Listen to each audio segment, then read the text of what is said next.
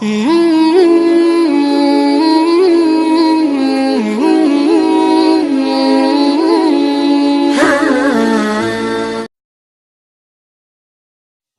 سامعین، السلام علیکم ورحمۃ اللہ وبرکاتہ۔ آپ کی خدمت میں تخلیق کائنات اور تخلیق آدم علیہ السلام سے لے کر عیسیٰ علیہ السلام تک تمام انبیاء اور قوموں کا تذکرہ قصص الانبیاء پیش کیا جا رہا ہے۔ اللہ تعالیٰ فرماتے ہیں، اللہ خالق کل شیء وهو على كل شيء وكيل۔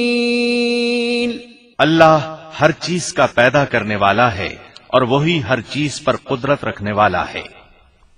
اللہ الذي خلق السماوات والأرض وما بينهما في 6 أيام ثم استوى على العرش۔ اللہ تعالیٰ وہ ہے جس نے آسمانوں، زمین اور ان کے درمیان کی سب چیزوں کو 6 دن میں پیدا کر دیا، پھر عرش پر جلوہ فرما ہوا۔ مزید اللہ تعالیٰ سورۃ الحدید آیت 4 میں فرماتے ہیں، هو الذي خلق السماوات والأرض في 6 أيام ثم استوى على العرش يعلم ما يلج في الأرض وما يخرج منها وما ينزل من السماء وما يعرج فيها وهو معكم أينما كنتم والله بما تعملون بصير۔ وہی ہے جس نے آسمانوں اور زمین کو 6 دن میں پیدا کیا، پھر عرش پر جلوہ فرما ہوا۔ وہ خوب جانتا ہے اس چیز کو جو زمین میں جائے اور جو اس سے نکلے اور جو آسمان سے نیچے آئے اور جو کچھ اس میں چڑھ کر جائے، اور جہاں کہیں تم ہو وہ تمہارے ساتھ ہے، اور اللہ تمہارے اعمال کو دیکھ رہا ہے۔ اسی طرح اللہ تعالیٰ سورہ ہود آیت 7 میں فرماتے ہیں، وَهُوَ الَّذِي خَلَقَ السَّمَاوَاتِ وَالْأَرْضَ فِي 6 أَيَّامٍ وَكَانَ عَرْشُهُ عَلَى الْمَاءِ۔ اور اللہ ہی وہ ذات ہے جس نے 6 دن میں آسمانوں اور زمین کو پیدا فرمایا اور اس کا عرش پانی پر تھا۔ امام احمد بن حنبل رحمت اللہ علیہ نے ابو رزین عقیلی سے بیان کیا ہے، انہوں نے کہا، یا رسول اللہ، أين كان ربنا عز وجل قبل أن يخلق السماوات والأرض؟ فقال صلى الله عليه وسلم، كان في عماء ما فوقه هواء وما تحته هواء ثم خلق عرشه على الماء۔ اے اللہ کے رسول صلی اللہ علیہ وسلم، آسمانوں اور زمین کو پیدا کرنے سے پہلے ہمارا پروردگار کہاں تھا؟ آپ نے فرمایا عما میں تھا، یعنی اللہ کے سوا کچھ بھی نہ تھا، نہ اس کے اوپر ہوا تھی اور نہ اس کے نیچے ہوا تھی، مطلب یہ کہ کچھ نہ تھا، پھر اس نے پانی پر اپنا عرش پیدا کیا۔ گویا یہ تھی مخلوق کی ابتدا۔ امام احمد، امام ترمذی، امام ابو داود اور بہت سے دوسرے محدثین رحمہم اللہ نے سیدنا عبادہ بن صامت رضی اللہ عنہ کی روایت بیان کی ہے۔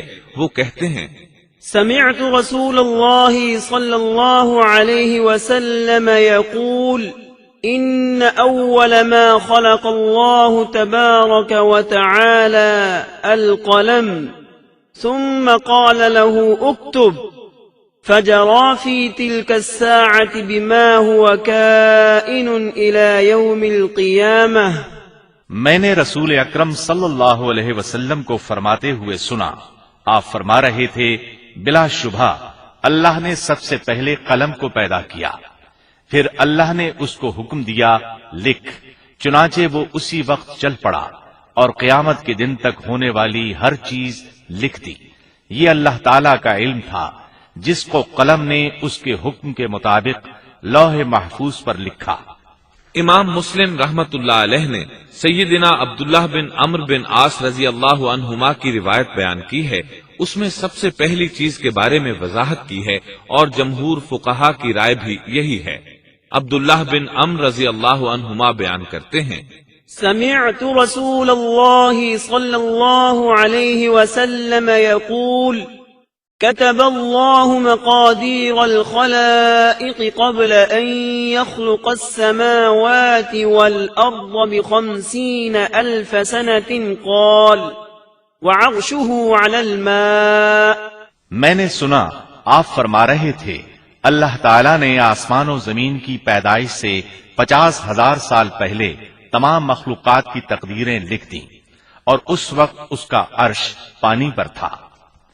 اس حدیث مبارک سے واضح ہو گیا کہ سب سے پہلے پانی اور پھر پانی پر عرش پیدا کیا گیا، پھر قلم کی پیدائش ہوئی، اس نے تقدیر تحریر کی، پھر آسمان اور زمین کی تخلیق ہوئی، اور جس حدیث میں آیا ہے کہ ابتدا میں قلم کو پیدا کیا گیا، اس کا مطلب یہ ہے کہ اس جہان کی مخلوقات میں سب سے پہلے اس کا نمبر ہے، نہ کہ باقی تمام جہانوں کی مخلوقات میں پہلا نمبر ہے، اور اس کا تذکرہ بخاری شریف کی اس حدیث میں ہے۔ قال أهل اليمن لرسول الله صلى الله عليه وسلم جئناك لنتفقه في الدين وليسألك عن أول هذا الأمر ما كان قال كان الله ولم يكن شيء قبله وكان عرشه على الماء وكتب في الذكر كل شيء وخلق السماوات والأرض۔ یمن سے آئے ہوئے ایک وفد نے رسول اللہ صلی اللہ علیہ وسلم سے کہا، ہم آپ کے پاس دین کی سمجھ اور ابتدائے خلق کے بارے میں پوچھنے کے لیے آئے ہیں، یہ کہ سب سے پہلے کیا چیز تھی؟ آپ نے فرمایا اللہ تھا، اس سے پہلے کوئی چیز نہ تھی، اس کا عرش پانی پر تھا، پھر اس نے لوح محفوظ پر ہر چیز لکھ دی اور آسمان اور زمین کو پیدا کیا، یعنی ابتدا میں پانی پر عرش کی تخلیق ہوئی، پھر قلم کی پیدائش ہوئی، اس نے سب کچھ لکھ دیا۔ علماء کرام کا بیان ہے، قلم کے فوراً بعد لوح محفوظ کو پیدا کیا گیا، چنانچہ قلم نے لوح محفوظ میں ہر چیز لکھ دی۔ اس کے بعد کائنات کی باقی مخلوقات اور آسمان و زمین کی پیدائش معرض وجود میں آتی گئی۔ اشیاء کی پیدائش والی ترتیب میں علماء کرام کے کئی اقوال ہیں، اور ہم نے آپ کے سامنے جمہور علماء اور فقہا کی پسندیدہ اور راجح ترتیب پیش کی ہے۔ آسمان اور زمین کی مخلوقات کی ترتیب کیا ہے، اس بارے میں امام مسلم رحمت اللہ علیہ نے سیدنا ابو ہریرہ رضی اللہ عنہ کی روایت پیش کی ہے۔ وہ کہتے ہیں، أخذ رسول الله صلى الله عليه وسلم بيدي فقال خلق الله عز وجل التربة يوم السبت وخلق فيها الجبال يوم الأحد وخلق الشجر يوم الاثنين وخلق المكروه يوم الثلاثاء وخلق النور يوم الأربعاء وبث فيها الدواب يوم الخميس وخلق آدم عليه السلام بعد العصر من يوم الجمعة في آخر الخلق في آخر ساعة من ساعات الجمعة فيما بين العصر إلى الليل۔ نبی اکرم صلی اللہ علیہ وسلم نے میرا ہاتھ پکڑا اور فرمایا، اللہ تعالیٰ نے ہفتے کے دن مٹی کو پیدا کیا، اتوار کے دن زمین میں پہاڑ، پیر کے دن درخت، منگل کے دن تکالیف، مصائب، جراثیم اور بیماریاں، بدھ کے دن نور کو، جمعرات کے دن زمین میں چوپایوں کو پھیلا دیا، اور تمام مخلوقات میں جمعے کے دن کی آخری گھڑیوں یعنی عصر سے رات کے درمیان میں آدم علیہ السلام کو پیدا کیا۔ مطلب یہ کہ ابتدائے آفرینش میں جن مخلوقات کی تخلیق ہوئی ان میں سے آخری مخلوق انسان تھا۔ اس حدیث میں مختلف حالات کو نہایت وضاحت سے بیان کیا گیا ہے۔ اس سے بخوبی پتہ چل گیا کہ ابتدائی مخلوقات کی ترتیب کیا تھی۔ ان میں سے آخری نمبر آدم علیہ السلام کا تھا، جبکہ آدم علیہ السلام نسل انسانی میں سب سے پہلے اور تمام انسانوں کے باپ ہیں۔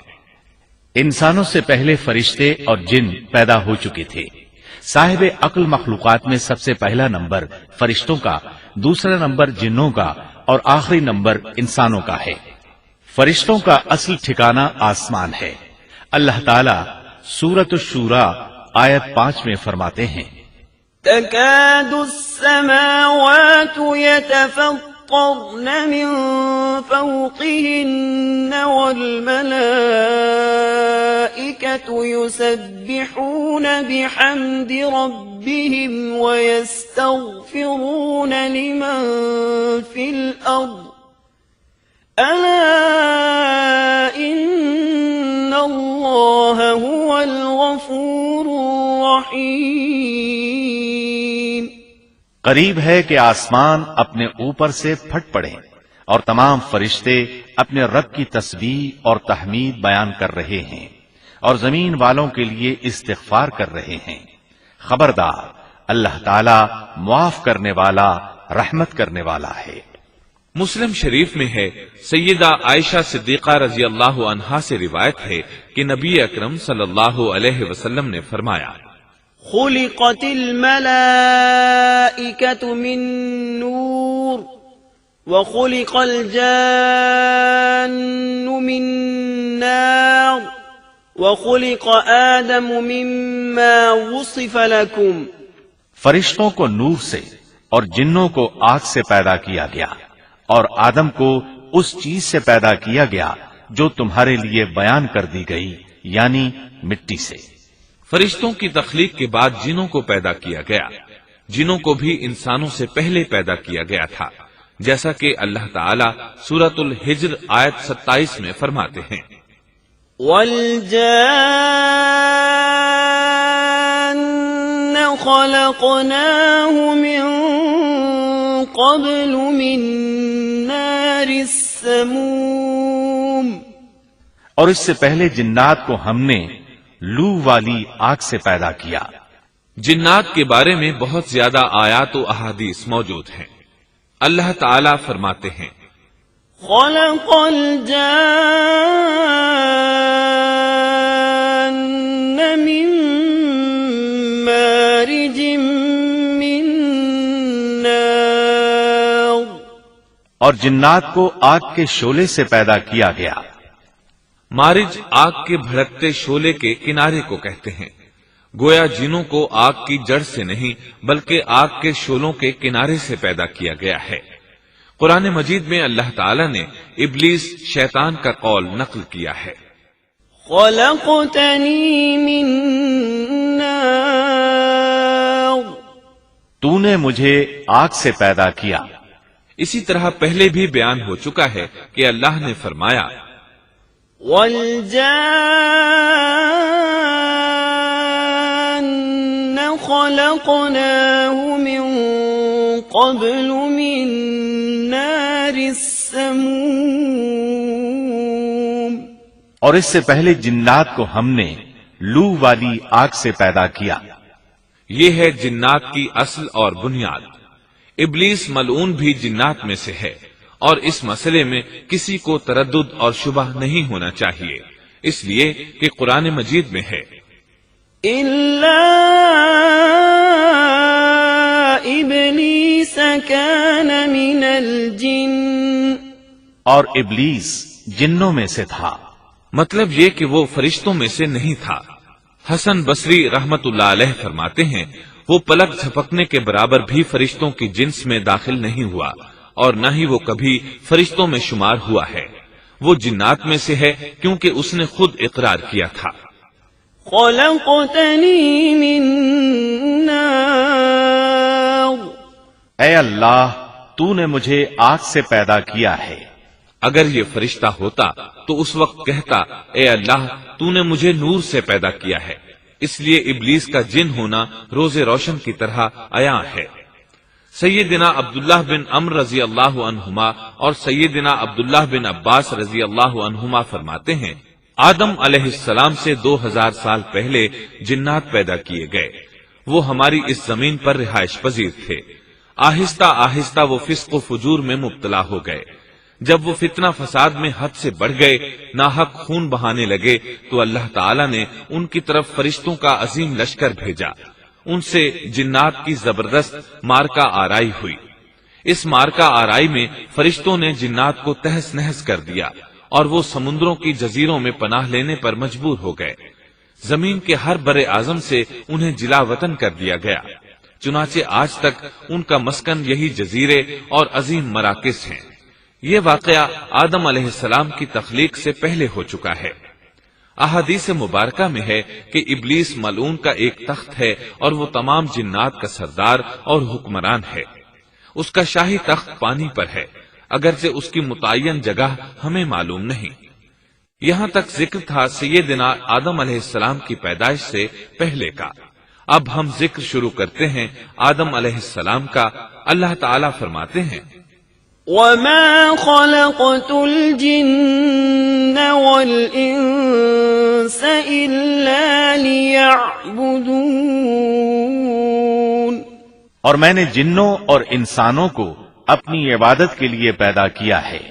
اللہ تعالیٰ نے ہمارے باپ کو کیوں پیدا فرمایا؟ ہمیں کیوں پیدا فرمایا؟ تاکہ ہم اس کی عبادت کریں، اگرچہ وہ عبادت کا محتاج نہیں۔ وہ تو بے نیاز ہے، البتہ ہم اس کے محتاج ہیں۔ اس کے اسماء بہترین اور حسین ہیں۔ وہ عالیشان صفات کا مالک ہے۔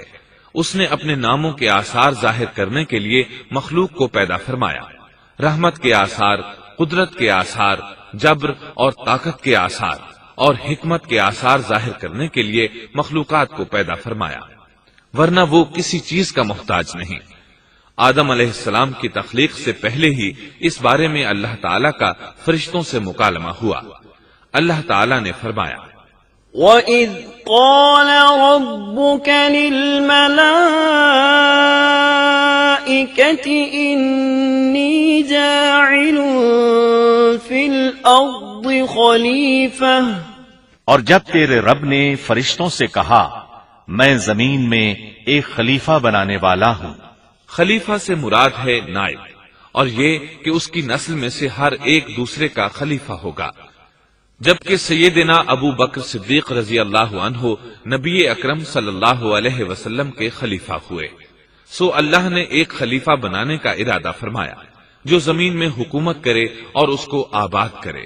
چنانچہ اللہ تعالیٰ نے فرمایا، هُوَ أَنشَأَكُم مِّنَ الْأَرْضِ وَاسْتَعْمَرَكُمْ فِيهَا، اللہ تعالیٰ نے تمہیں زمین سے پیدا کیا اور اسی نے اس زمین میں تمہیں بسایا ہے۔ اللہ تعالیٰ کا ارادہ ہوا کہ زمین کو آباد کروائے، جبکہ جن اس قابل نہیں تھے، کیونکہ ان میں اس قدر عقل و دانش نہیں تھی کہ زمین کو پر رونق اور سرسبز و شاداب رکھ سکیں۔ علماء جنات کے بارے میں کہتے ہیں ان کا سب سے بڑا عقل مند جن انسانوں کے 10 سالہ بچے کے برابر عقل رکھتا ہے۔ اس لیے زمین کو آباد کرنے کی صلاحیت اللہ تعالیٰ نے انسان کو بخشی۔ اللہ نے انسان کو بہترین ڈھانچے اور حسین ترین شکل و صورت سے نوازا، پھر اپنی روح اس میں پھونکی۔ فرشتوں نے اس سے سوال کیا، قالوا أتجعل فيها من يفسد فيها ويسفك الدماء ونحن نسبح بحمدك ونقدس لك قال إني أعلم ما لا تعلمون، ایسی مخلوق کو کیوں پیدا کرتا ہے جو زمین میں فساد کرے اور خون بہائے، اور ہم تیری تسبیح، حمد اور پاکیزگی بیان کرتے ہیں۔ اس کے جواب میں اللہ نے فرمایا، جو میں جانتا ہوں تم نہیں جانتے۔ دراصل فرشتوں نے کسی طرح معلوم کر لیا تھا کہ آدم کی اولاد زمین میں فساد کرے گی، خون ریزی کرے گی، لیکن انہوں نے یہ بات اعتراض کے طور پر نہیں کہی تھی، کیونکہ ایسا اعتراض تو گناہ ہے، اور فرشتے پلک جھپکنے کے برابر اللہ کی معصیت اور نافرمانی نہیں کرتے، جیسا کہ ارشاد ہوتا ہے بل عباد مکرمون لا يسبقونه بالقول وهم بأمره يعملون، بلکہ وہ تو نہایت معزز عبادت گزار ہیں، کسی بات میں اللہ پر پیش دستی اور سبقت نہیں کرتے، اور اس کے حکم پر عمل کرتے ہیں۔ اسی طرح ارشاد ہوتا ہے لا يعصون الله ما أمرهم ويفعلون ما يؤمرون، اللہ کے حکم کی نافرمانی نہیں کرتے، بلکہ جو حکم دیا جائے بجا لاتے ہیں۔ اس لیے فرشتوں کا یہ پوچھنا وضاحت طلبی کے لیے تھا، وہ تو انسان کے پیدا کرنے کی وجہ پوچھ رہے تھے، وہ زمین میں جنات کے اعمال اور کرتوت کا مشاہدہ کر چکے تھے، یعنی اللہ تعالیٰ نے انہیں پیدا کر کے اختیار دیا تو وہ فتنہ و فساد اور فسق و فجور میں مبتلا ہو گئے، اور اب ایک اور مخلوق زمین میں بسائی جا رہی تھی، تو اس بات کا امکان تھا کہ یہ مخلوق بھی ان کے نقش قدم پر چلے، اس لیے فرشتوں نے تعجب اور حیرت کی بنا پر یہ سوال کیا تھا، اور پوچھنے کا مقصد یہ تھا کہ کیا یہ بھی جنوں کی طرح ہوں گے؟ اس طرح انہیں یہ خدشہ لاحق ہوا کہ شاید ان سے اللہ کی عبادت میں کوتاہی یا کمی واقع ہوئی ہے، جس کی وجہ سے اللہ کو نئی مخلوق پیدا کرنا پڑی۔ اس لیے ان کی بات میں یہ بھی تھا کہ ہم تیری حمد اور ثنا بیان کرتے ہیں۔ بہرحال ان کے سوال کے دو مقصد تھے، کیا یہ جنوں کی طرح فساد کرنے والی قوم ہے؟ کیا ہم سے تیری عبادت میں کوتاہی ہوئی ہے؟ اس پر اللہ تعالیٰ نے فرمایا جو میں جانتا ہوں وہ تم نہیں جانتے۔ اس موقع پر فرشتوں کے ذہنوں میں ایک اور بات بھی آئی، وہ آپس میں کہنے لگے کہ اللہ تعالیٰ جو بھی مخلوق پیدا کرے گا وہ ہم سے زیادہ معزز اور عالم نہیں ہو سکتی۔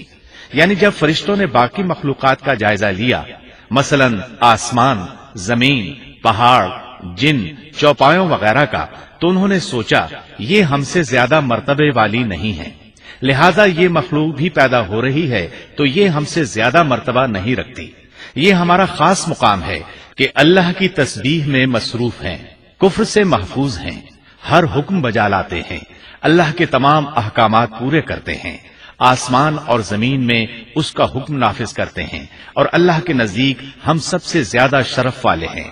لہذا اگر یہ نئی مخلوق انسان بھی پیدا ہو جائے تو کیا ہوا، ہم سے زیادہ معزز اور علم والی تو نہیں ہوگی۔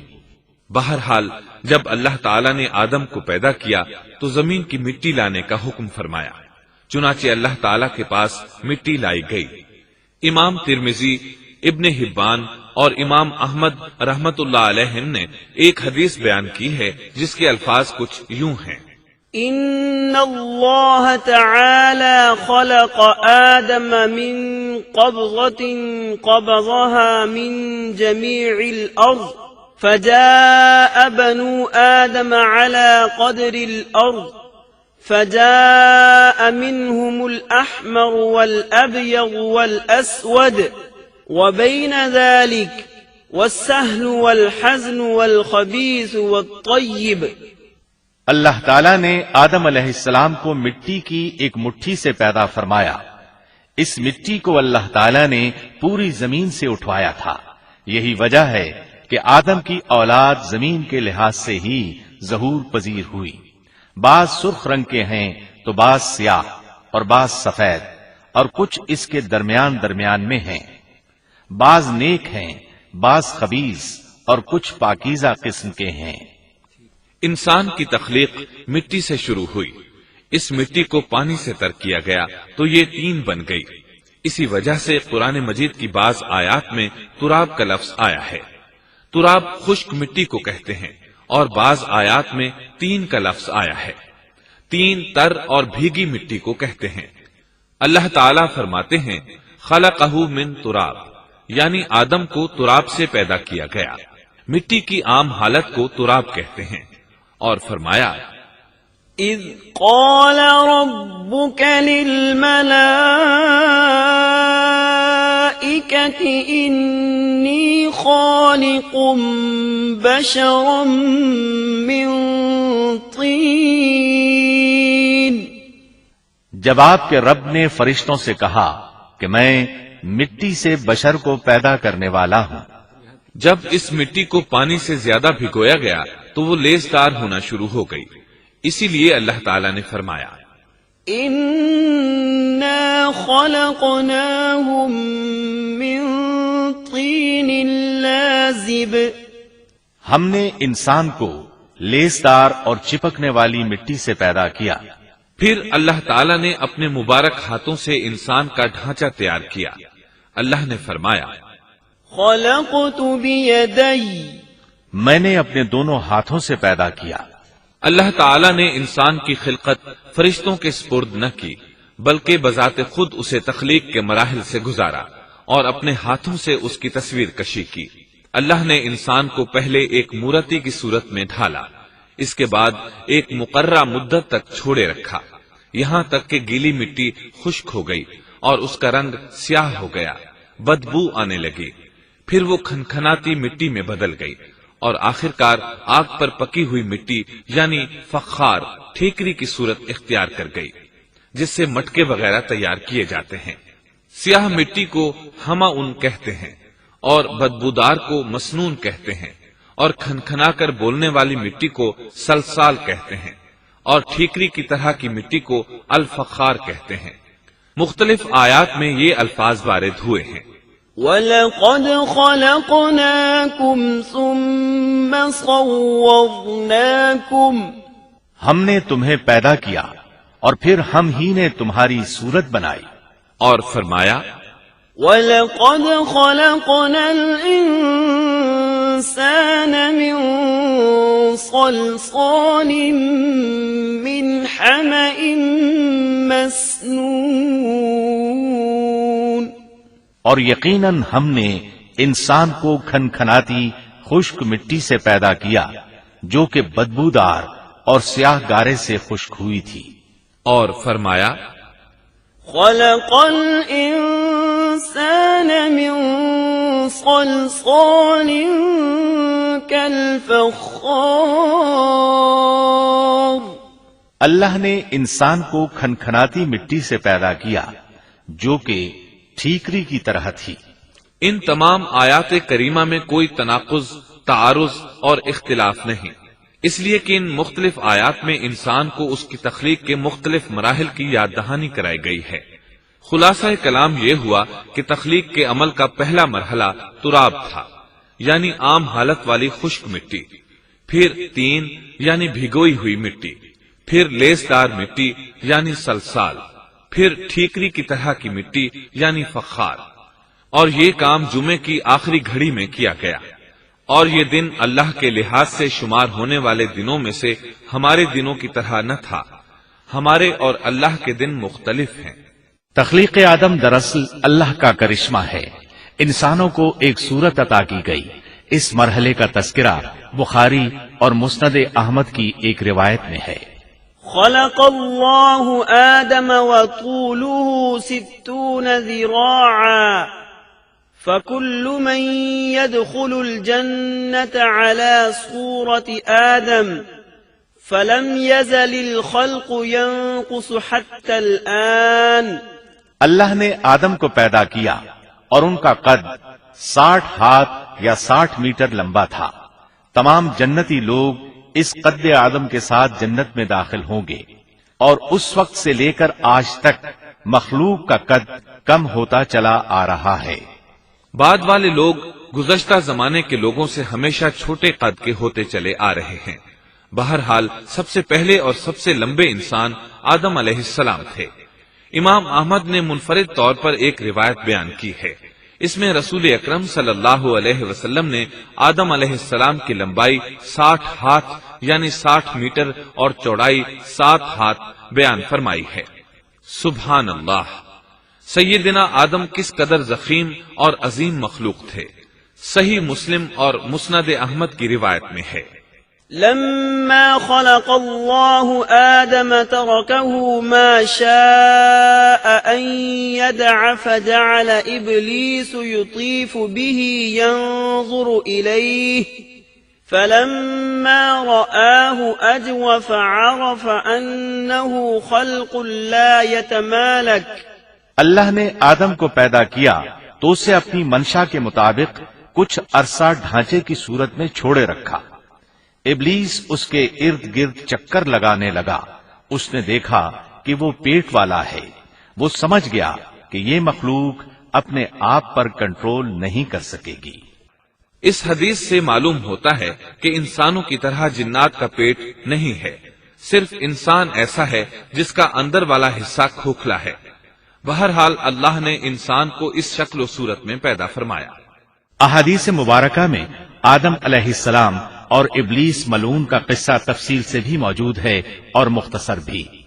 مثلا تفسیر تبری میں سیدنا عبداللہ بن عباس رضی اللہ عنہما سے روایت ہے، اللہ تعالیٰ نے آدم علیہ السلام کی مٹی کا حکم دیا. مٹی لائی گئی. اللہ تعالیٰ نے آدم علیہ السلام کو لیسدار اور بدبودار سیاہ مٹی سے پیدا فرمایا، اور یہ کام اللہ نے اپنے مبارک ہاتھوں سے کیا. آدم 40 راتیں مجسمے کی صورت میں پڑے رہے. جسم موجود تھا لیکن روح نہیں تھی. ابلیس آتا، اس ڈھانچے کو ٹھوکر لگاتا تو جسم سے ایسی آواز نکلتی جیسے خالی مٹکے پر ہاتھ مارنے سے نکلتی ہے.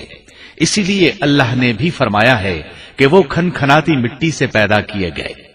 آدم علیہ السلام میں روح ڈالنے سے پہلے ایک مرتبہ فرشتوں کا ان کے پاس سے گزر ہوا تو وہ کچھ گھبرا سے گئے. ابلیس کو تو بہت زیادہ گھبراہٹ کا سامنا کرنا پڑا. وہ گزرتے ہوئے ٹھوکر مارتا اور کہتا، تجھے کسی خاص مقصد کے لیے پیدا کیا گیا ہے. یہ کہہ کر وہ آدم کے منہ میں داخل ہو جاتا اور کمر کے راستے باہر آ جاتا اور فرشتوں سے مخاطب ہو کر کہتا، اس سے گھبرانے کی کوئی ضرورت نہیں. اگر مجھے اس پر مسلط کر دیا گیا تو میں یقیناً اسے ہلاکت میں ڈال دوں گا، اور اگر اسے مجھ پر مسلط کر دیا گیا تو بلا شبہ میں اس کی نافرمانی کروں گا. اندازہ کیجئے وہ تعجب کر رہا ہے کہ انہیں کیوں پیدا کیا گیا ہے. اس کی آدم علیہ السلام سے دشمنی کس قدر پرانی ہے، گویا ابتدا ہی سے یہ عداوت پر ڈٹ گیا تھا. بہرحال اللہ نے آدم میں روح پھونکی. اس مضمون کو قرآن مجید میں جا بجا ذکر کیا گیا ہے. اللہ تعالیٰ فرماتے ہیں، فَإِذَا سَوَّيْتُهُ وَنَفَخْتُ فِيهِ مِنْ رُوحِي فَقَعُوا لَهُ سَاجِدِينَ.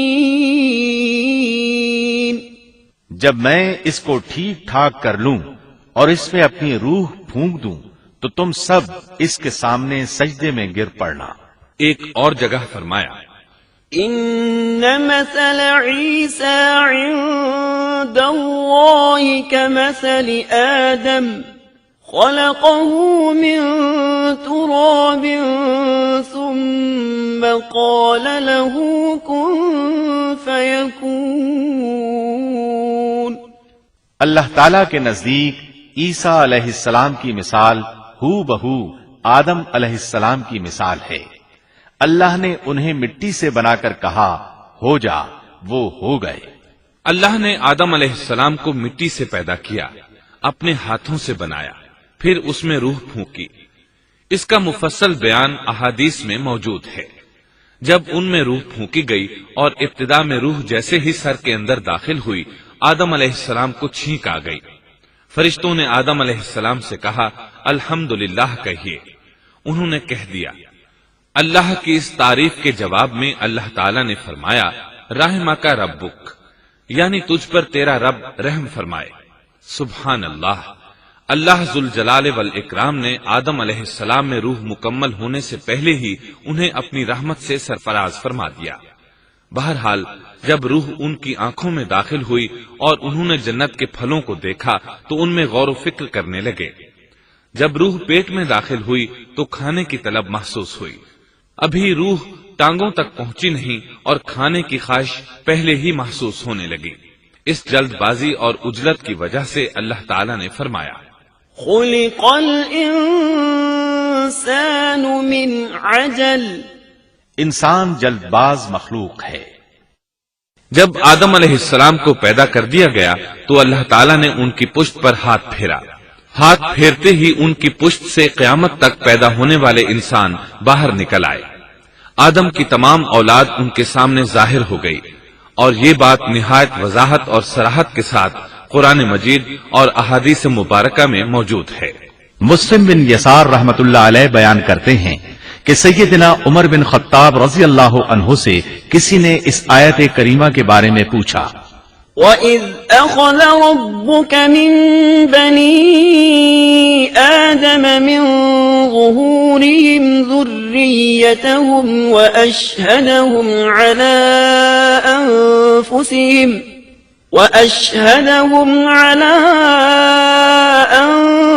أَنفُسِهِمْ أَلَسْتُ بِرَبِّكُمْ قَالُوا بَلَىٰ شَهِدْنَا أَن تَقُولُوا يَوْمَ الْقِيَامَةِ إِنَّا كُنَّا عَنْ هَٰذَا غَافِلِينَ.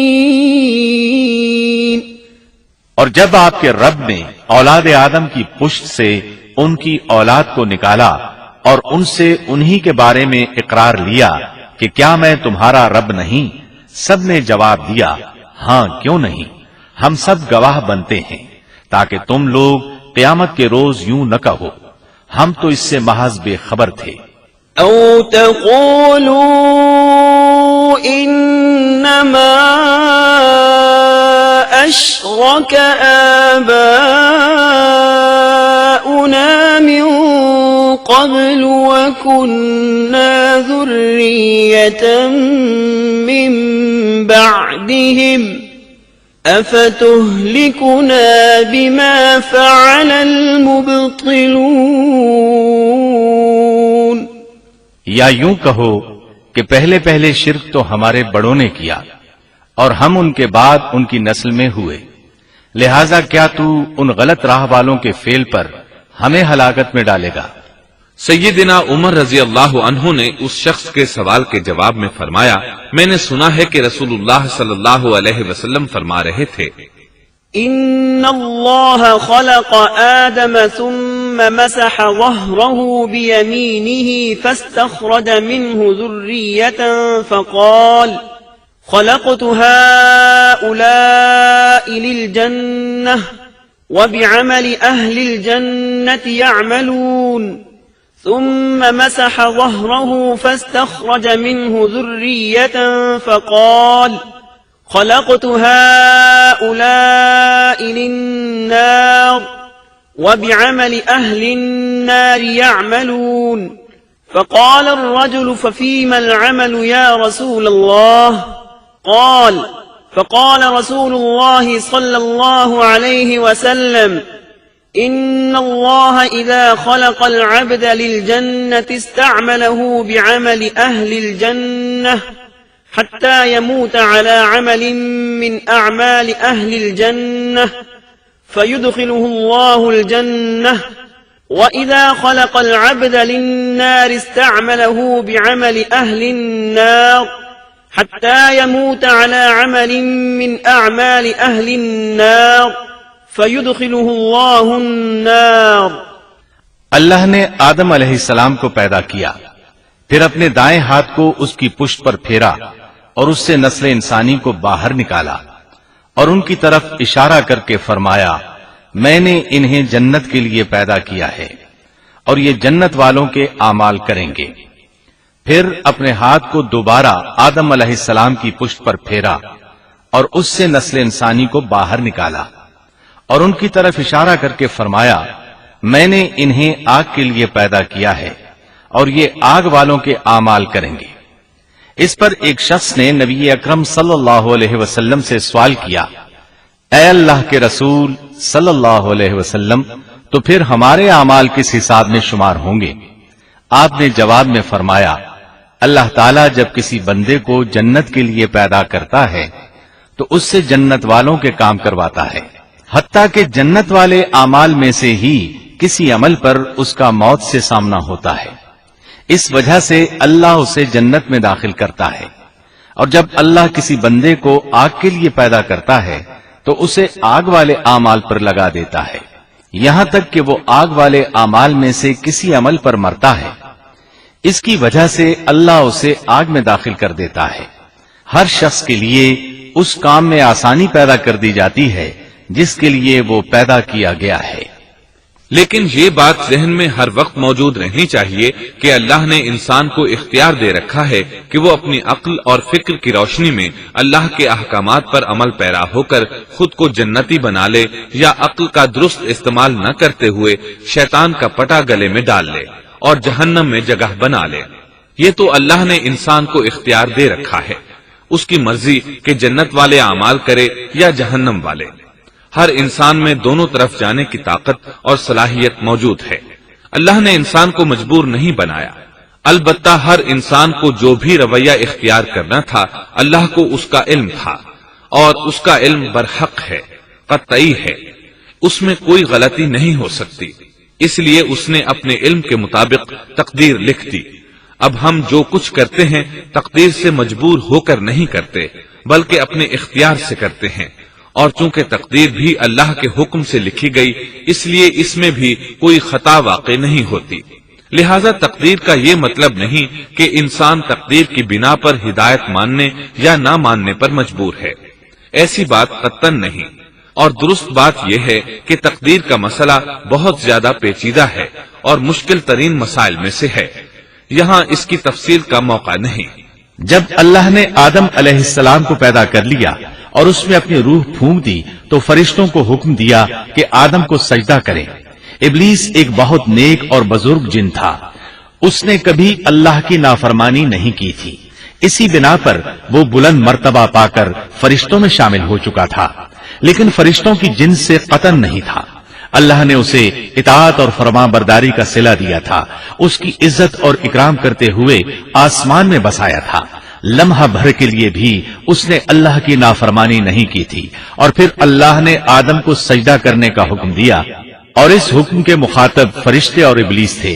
صرف فرشتوں کے لیے یہ حکم نہیں تھا بلکہ ابلیس بھی اس حکم میں شامل تھا، کیونکہ اللہ تعالیٰ فرماتے ہیں وَلَقَدْ خَلَقْنَاكُمْ ثُمَّ صَوَّرْنَاكُمْ ثُمَّ قُلْنَا لِلْمَلَائِكَةِ اسْجُدُوا لِآدَمَ فَسَجَدُوا إِلَّا إِبْلِيسَ لَمْ يَكُنْ مِنَ السَّاجِدِينَ قَالَ مَا مَنَعَكَ أَلَّا تَسْجُدَ إِذْ أَمَرْتُكَ اور یقیناً ہم نے تمہیں پیدا کیا، پھر ہم ہی نے تمہاری صورت بنائی، پھر ہم نے فرشتوں سے کہا کہ آدم کو سجدہ کرو، تو سوائے ابلیس کے سبھی نے سجدہ کیا، وہ سجدہ کرنے والوں میں شامل نہ ہوا۔ اللہ تعالیٰ نے فرمایا، تجھے کس چیز نے سجدے سے روک دیا جبکہ میرا حکم تیرے لیے بھی تھا؟ تو اس سے ثابت ہوا اس حکم میں فرشتوں کے ساتھ ابلیس بھی شامل تھا، کیونکہ قرآن میں از امرتک کے الفاظ ہیں۔ اس کا مطلب ہے کہ میں نے تجھے حکم دیا تھا، اور پھر ابلیس نے جواب میں یہ نہیں کہا کہ تو نے تو مجھے حکم ہی نہیں دیا تھا، بلکہ اس نے سجدہ نہ کرنے کی وجہ یہ بتائی